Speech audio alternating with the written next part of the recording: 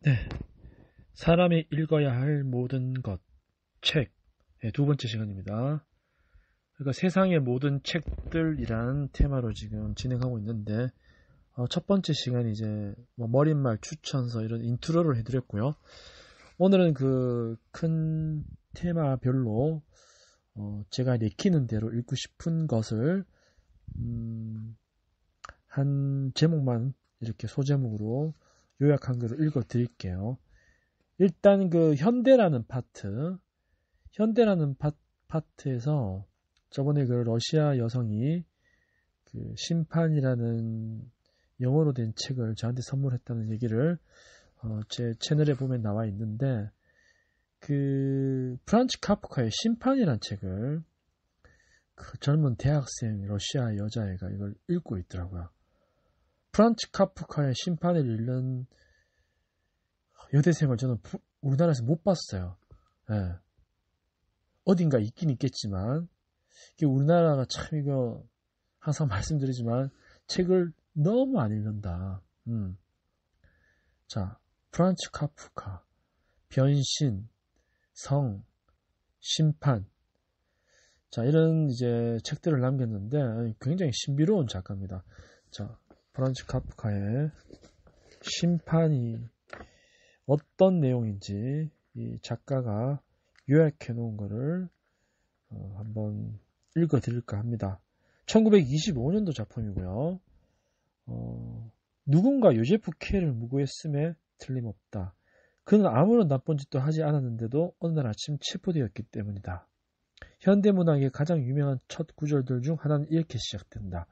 이 문장을 읽는 사람은 누구나 탈출구가 없는 어떤 상황이 여기서 펼쳐질 것이라고 예감할 것이다. 그가 체포된 것이 은행 동료들의 장난이 아니면 곧 드러난다. 아침에 K의 방에 들어선 감시자들은 이런 때 같으면 아침을 가지고 들어올 주방 아주머니 대신에 이들이 들어온 것이다. 갑자기 웃음을 터뜨리고 소리를 지르며 다음과 같이 말하지는 않는다. 그것은 장난이었어. 이제 K씨, 당신은 오락을 해치는 사람이 되지 않기를 바랍니다. 자전거 허가증이나 출생증명서도 그 모든 것이 착각에서 비롯된 것이라고 밝혀주지 않는다. 자신을 감시하는 사람들과 더 이상 토론을 하지 않고 그들의 상관과 말하겠다는 K의 결심도 자신의 체포가 비열한 장난임을 밝혀내지는 못한다. 카프카의 소설 심판은 독자를 악몽 같은 세계로 인도한다. 소설의 주인공인 요제프 K는 강력한 법률의 굴레에 끼이게 된다. 이 법이 무엇을 말하고 있는지 또는 그것이 무엇을 대표하고 있는지는 소설이 진행되면서도 풀리지 않는다. 또한 K가 어떤 잘못으로 어느 날 아침 자신의 침실에서 감시자들과 마주치게 되었는지도 확실치 않다. 그의 체포가 일상적인 체포가 아니라는 사실은 독자들이 K의 일상을 추적해보면 뚜렷해진다. 그는 계속해서 비교적 높은 직책을 맡아 일하고 있는 은행으로 출근하고 그루바우 부인의 집에서 여전히 하숙을 한다. K는 체포된 며칠 후 일요일에 사건의 심리를 위해 특정 장소로 출단하는 통보를 받는다. K는 그 장소가 있는 거리로 간다. 그곳은 형편없는 임대주택들이 늘어서 있고 집들의 창문에서는 사람들이 기대어 있는 빈민가였다. 심리실은 임대주택이 있다. K는 현관을 잘못 들어가 성급한 주민들을 떠밀며 그 위층으로 올라간다. 마침내 K는 그를 기다리는 사람들로 꽉 차있는 어떤 방에 들어가게 된다. 여기에서 그는 불합리하기 짝이 없는 심리의 대상이 된다. K는 강력한 연설을 통해 법원이 자신을 주목하지 않았다는 것을 지적한다. 하지만 인상 깊은 그의 연설도 두 명의 청중이 주변을 의식하지 않고 선교하는 일이 생겨 아무런 성과 없이 갑자기 중단되고 만다. 다음 주에 K는 두 번째 소환을 기다리게 된다. 그런데 소환을 받지 못하자 그는 일요일에 직접 그 건물로 다시 찾아가 본다. 그곳에서 사람들은 그에게 그날은 심리가 열리지 않는다고 말한다. K는 그래도 법원 직원을 졸라 법원의 사무실을 보게 된다. 네, 뒤에 내용이 더 있는데 일단 여기까지 읽고 조금 이제 부연 설명을 해드리면은, 자, 카프카라는 작가는 체코 작가고요. 그 보험 회사를 이렇게 다니면서 그 오후에는 이제 집에 와서 낮잠을 자고 또 이렇게 글을 쓰고 그렇게 했습니다. 이 카프카의 변신이라든지 뭐 성이라든지 이런 그리고 이런 심판 이런 작품들을 보면 관료주의에 대해서 그리고 너무나 앞서 있는 그런 문학 작품이죠. 오히려 이게 지금 현대인들에게도 적용해도 그대로 맞아떨어지는 그러한 이제 어떻게 보면 그런 삶의 부조리들이죠. 그리고 관료주의의 병폐라든지 그런 것들을 현대적으로 이렇게 아주 조금 신비롭게 풀었어요. 자, 계속해서 한번 읽어드릴게요. 그 사무실의 묘사에는 카프카의 개인적인 필체가 담겨있다. 이를 사람들은 카프카적이라는 형용사를 표현하는데 이는 무시무시하고 위협적인 상을 묘사하거나 폐쇄공포증적인 답답함과 미로 같은 모함이 기이한 부조리와 혼합되어 있는 상을 묘사하는 경우를 말한다. 그렇죠. 사무실은 임대주택의 다락방에 있었다. 야, 이 영화를 만들어도 재밌을 것 같네요. 어린아이 필체로 쓴 쪽지만이 그곳이 사무실이라는 것을 알려주고 있다. K는 긴 통로로 들어선다. 그 좌우에는 나무 칸막이들이 있고 그 안에서는 관리들이 일하고 있었다. 공기는 덥고 끈적거린다. 입구에는 허약하게 보이는 사람들이 2개의 나무 벤치에 앉아있다. 그들은 아주 기가 죽은 인상을 하고 있다. 그들 역시 개와 같은 피소인들이다. 그 사람들 중 하나와 우월한 대화를 나눈 후에 도망치듯 그 사무실을 떠나려고 할 때 K는 그만 출구를 찾을 수가 없었다. 어지럽고 긴 통로에서 완전히 방향을 잃어버린 것이다. 순간 당황하여 구토가 날 지경이었다. 옛날에 탐 크루즈 영화의 야망의 함정 같은 그 장면이 갑자기 언뜻 생각이 나네요. 이마에서는 땀이 흐르고 머리카락은 흐트러져 얼굴에 붙어 있었다. 한 젊은 여자가 그를 붙잡고 말하기를 누구든 처음으로 사무실에 들어오는 사람은 어지러움을 느낀다고 설명한다. 이런 것이 굉장히 재밌는 묘사입니다. K는 배멀미라도 난 것처럼 고통스러워한다. 그의 발밑에 있는 바닥이 울렁거리기 시작하고 주변의 목소리들이 사이렌 같이 길고 날카로운 소리로 들리기 시작한다. K는 사람들의 부축을 받아 간신히 출입문에 도착한다. 그제야 그는 다시 숨을 쉴 수 있게 된다. 그를 부축한 사람들은 사무실 공기에만 길들여져서 바깥으로 나오자 산소 쇼크에 시달린다. 그들이 다시 숨을 쉴 수 있게 해주기 위해서는 K는 재빨리 문을 닫아버린다. 참 어마어마한 패러디입니다. 네. 제가 하여튼 뭐 여기서는 좀 제가 어떤 그런 비판을 좀 하긴 그렇지만 제가 참 이런 부분들을 느낄 때도 저도 많습니다. 굉장히 조금 유연성이 없는 사람들이 주변에 많잖아요. 그죠? 이 소송을 반대하고자 하는 K의 모든 시도들은 실패한다. K의 주변 사람들은 그에게 그가 처한 상황에 희망이 없다는 것을 암시한다. 그의 삼촌은 그런 소송에 걸려있다는 것은 이미 피해자라는 것을 의미하는 걸세라고 용기를 꺾는 말을 한다. 우리가 정말 뭐 어떤 법적인 소송이 내는가 하면은 뭐 이혼이든 뭐든 그죠? 쭉 하다 보면 막 사람이 지쳐서 그 뭐 결과보다 그 진행 과정에서 이미 다 너무 힘들게 되는 게 많죠.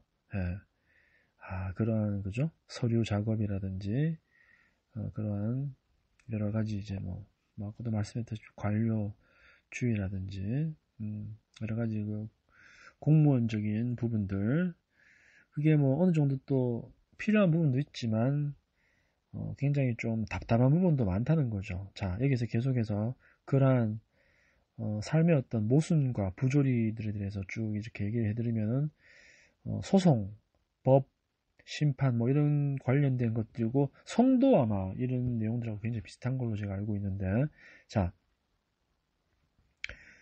그 사이에서 중견 역할을 하는 화가 티토렐리는 K에게 법원은 결코 피소인들이 죄를 묵과하지 않는 점을 알려주려 한다. 피소인들이 죄를 묵과하지 않는다.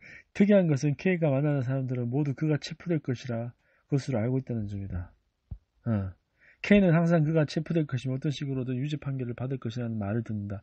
이러한 이유에서 그는 주변 사람들과 멀어지고 완전히 고립된다. 소송이 1년을 끈 후 어느 날 저녁 9시에 2명의 남자들이 K의 집으로 들이닥친다. 그들은 형의 집행을 위임받은 사람들이다. 그들은 K를 교회를 끌고 가서 상의를 벗기고 그의 가슴을 칼로 찌르고 2번 돌려 그를 죽인다. 카프카는 현대 관료주의를 이해할 수 없이 되어버린 제도화된 권력으로 묘사한 가장 중요한 작가이다. 그는 알 수 없는 관청의 여러 단계들 미로와 같은 사무실, 작고 사소한 일마저도 기록으로 남기는 것, 담당하는 영역의 불명확성, 그리고 이런 권력의 기장치에서 개인의 의미가 가련하게 와해되어버리는 것 등을 묘사했다. 그렇죠. 조지 오웰의 동물농장이나 1984도 그런 것처럼 지금 우리나라에서도 마스크 봤는데 이러한 부분과 조금 연결되는 것들이 많이 있죠. 하지만 이런 차원에도 카프카의 수수께끼 같은 소설의 세계는 카프카를 고정된 의미로 해석하는 것을 막는다. 카프카를 해석하려고 하는 모든 시도는 어떤 점에서 K가 법을 이해하려고 시도하는 것과 비교할 수 있다. 법이란 무엇인가? 라는 질문에 대한 대답은 역설적이게도 법이란 법이다라고 주어진다. 법을 이해하기 위하여 K 역시 법으로 들어가야 한다. 그래서 K는 고집스럽게 자신의 장소를 찾는다. 하지만 그가 계속해서 노력하면 할수록 점점 더 그것을 이해할 수 있는 가능성은 사라진다. 그렇죠. 이것과 아주 유사한 것이 카프카 해석이다. 의미를 찾는 것 자체가 목적이 된다. 와, 이 대단한 말이네요. 의미를 찾는 것 자체가 목적이 된다. 예술의 목적은 뭐냐고 오스카 와일드한테 물으니까 예술의 목적은 바로 그 자체라고 얘기한 거죠. 유미주의, 탐미주의죠. 오스카 와일드. 자, 의미를 찾는 것 자체가 목적이 된다. 삶의 의미를 찾는 것 자체가 삶의 목적이 되어버리죠. 힘들게 그 흔적을 찾은 끝에 도달하게 된 인식은 찾고 있는 의미가 존재하지 않는다는 것이다. 오, 대박이네요. 네. 힘들게 그 흔적을 찾은 끝에 도달하게 된 인식은 찾고 있는 의미가 존재하지 않는다는 것. 야, 이 과정이죠, 과정. 내가 그죠? 하버드 대학교 들어가겠다, 의사가 되겠다. 우리는 완전히 결과론적인 그런 자본주의에 살고 있지만, 실질적으로는 어떠한 한 젊은이가, 그죠? 어떤 성장소설의 개념이죠. 괴테의 비렐라 마이스터의 수업시대나 편력시대에서도 느낄 수 있는 것처럼 우리는 그 자체에서 목적을 찾아야 된다. 그 과정에서 공부하는 그 자체가 목적인 거예요. 뭐를 위해서 공부한다. 사랑도 마찬가지지 않습니까? 난 네가 어때서 사랑한다? 너를 하기 위해 사랑한다 아니고 그냥 목적이 없는 거야. 나 너 사랑하는데 그 이유를 잘 모르겠어. 이게 사랑하는 거죠. 네. 자,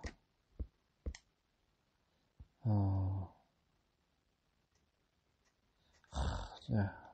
한번 더 읽어드리면 힘들게 그 흔적을 찾은 끝에 도달하게 된 인식은 찾고 있는 의미가 존재하지 않는다는 것이다. 그죠? 찾고 있는 의미. 이런 경우는 참 너무 많은 사례가 있죠. 죄의 개념을 신학적, 존재적, 정신분석적으로 죄의 개념을 해석하는 것은 어떤 의미도 없다. 좀 관념적인 거죠. 네. 카프카 소설들은 표현주의 그림들과도 같다는 점을 생각해 볼 수 있다. 예, 표현주의 그림들, 상징주의와 약간 비슷한 식인데, 아마 미술가들의 어떤 그림들을 보면은 조금 더 빨리 와닿을 수 있을 거예요. 자, 카프카의 소설들은 표현주의 그림과도 같다는 점을 생각해 볼 수 있다. 시대도 비슷하죠. 그것들은 현실의 형식들을 알아볼 수 없을 정도로 일그러뜨려 놓는다. 비틀기죠. 카프카는 유대인에 있지만 체코의 프라하에 살았고 그곳에서는 독일어권 주민에 속했다. 이 경계인이란 말이야. 그는 자신의 일기에서 항상 자신에 대한 자기 파괴적인 비난을 하고 있다. 그는 법률가로서 프라하의 한 보험회사에서 일하는 것을 고통을 느꼈고, 그죠? 저녁마다 자신의 시민적인 일상에 도피하고자 근무를 마치고 나서 집으로 돌아오면 소설과 산문들을 썼다. 뒤에 있네요. 아까 제가 말씀드린 게. 1924년 41세의 나이로 결핵으로 죽을 때 그는 자신의 친구 막스 브로트에게 출간하지 않은 엄청난 양의 미발표 원고와 그 가운데서는 그의 새 장편 소설 성, 심판, 아메리카도 있었다. 일기 편지들을 남겼는데요. 카프카는 자신이 죽고 나면 없애달라고 부탁했지만 브로트는 다행스럽게도 카프카의 부탁을 따르지 않았다. 이라는 유명한 거죠. 자, 이렇게 해서 어렵지만 어느 정도 느낄 수 있는 감은 잡히거든요. 카프카의 문학이. 그래서 카프카, 우리가 이제 체코 프라하에 가시면은 그 카프카랑 연결이 되잖아요. 여행 가실 때 카프카의 생가도 가시고 이렇게 하는데 야나책이나 스메타나나 그 클래식이 또 음악이 또 체코 필하모닉 그죠? 그리고 뭐 그런 아까 작곡가들이 또 오페라도 남겼고요. 프라하의 봄이라는 영화도 있고 밀란 쿤테라도 있기 때문에 이런 나라에 가서 그런 음악이든 문학이든 그죠? 미술이든 그 나라에 대한 어떤 사전 지식, 배경 지식이 있다면은 체코 프라하가 우리가 항상 그 드라마나 여행에서 보는 그 영상의 어떤 TV의 화면만 받고 그 겉모습만 보는 것이 아니라 그 안에 우리가 침투해서 그 내적인 의미를 발견했을 때 그 아까 말씀드린 의미를 찾는 것, 그죠? 그 자체가 이미, 그죠? 아까 말씀드렸다시피, 그 흔적을 찾은 끝에 도달하게 되는 그 인식은 의미가 존재하지 않는다는 것이죠. 그게 뭘까요? 감동이라는 겁니다.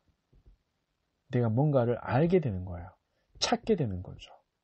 그러면서 훨씬 더 많은 것을 느끼고 볼 수 있게 되면서 그 인식은 감동으로 변하는 거예요. 이성과 감성에 의해서 감각이 살아나는 것입니다. 자, 오늘 카프카는 여기 잠깐 소개해드렸고, 또 3부에서는 다른 작품으로 잠깐 요약한 걸 읽어드리도록 하겠습니다. 감사합니다.